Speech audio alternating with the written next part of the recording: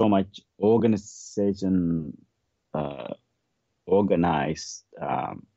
systematically organized time and effort are being used to change this narrative, to bring this narrative to people, and basically to change their thinking process.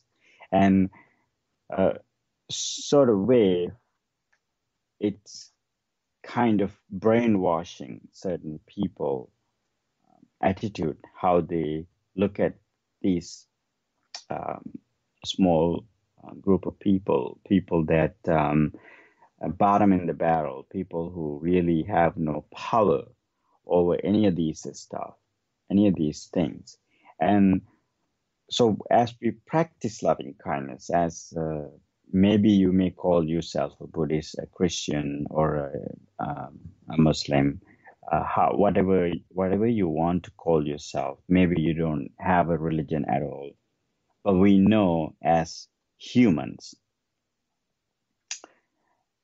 that we all like to be loved, and we all like to be protected, and we all like to be safe, and we all want the best for our families, and we all want best for our children. And I think when we point finger at a family, and when we separate a family, we are truly going against what we believe should be, or how we should be treated for a family. Because Jesus said, just treat the others the way you want to treat yourself. And so what you want for your family is to keep it together. And I think we have forgotten this basic piece of teachings, advice that he provided us.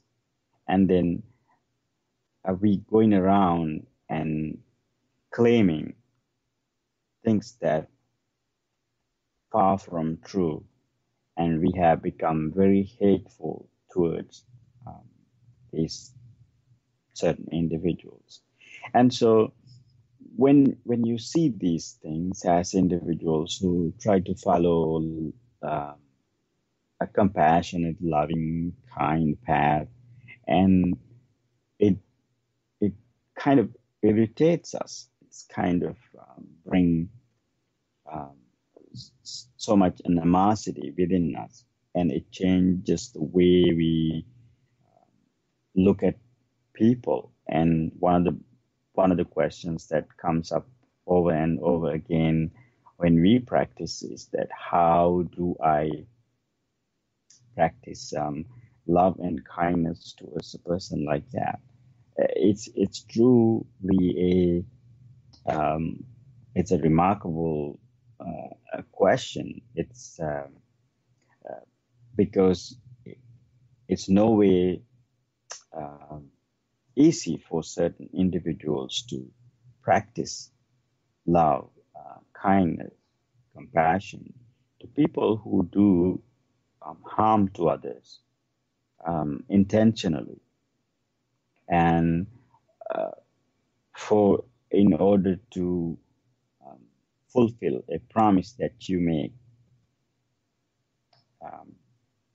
and around a promise that we make, we just turn around and do so many things to hurt so many others in order to do good, just a group of people that we favor. And that's really not love. That's really not taking care of people. That's favoritism. It's a very unethical way of living life. And so for us when we see all these things outside in the world, day to day, in the news, and when we hear people discuss about these things, and when you have to have a conversation, open conversation, but you cannot really have an open conversation because of their lack of ignorance or lack of understanding. And how we go about is what's really important in this matter, because ultimately we have to find a way to deal with this situation that we are in. And I always say that practicing loving kindness, having that love, compassion, kindness, is really not just about saying a prayer. And yeah, of course, I suggested last week, before you get out of bed, what about if we all truly, in the morning, we all say, may I be well, happy and peaceful, and then we say the same unto others, may all living beings be well, happy and peaceful, and for a few minutes. And then we get on with our day-to-day things, that we continue our whatever we are doing.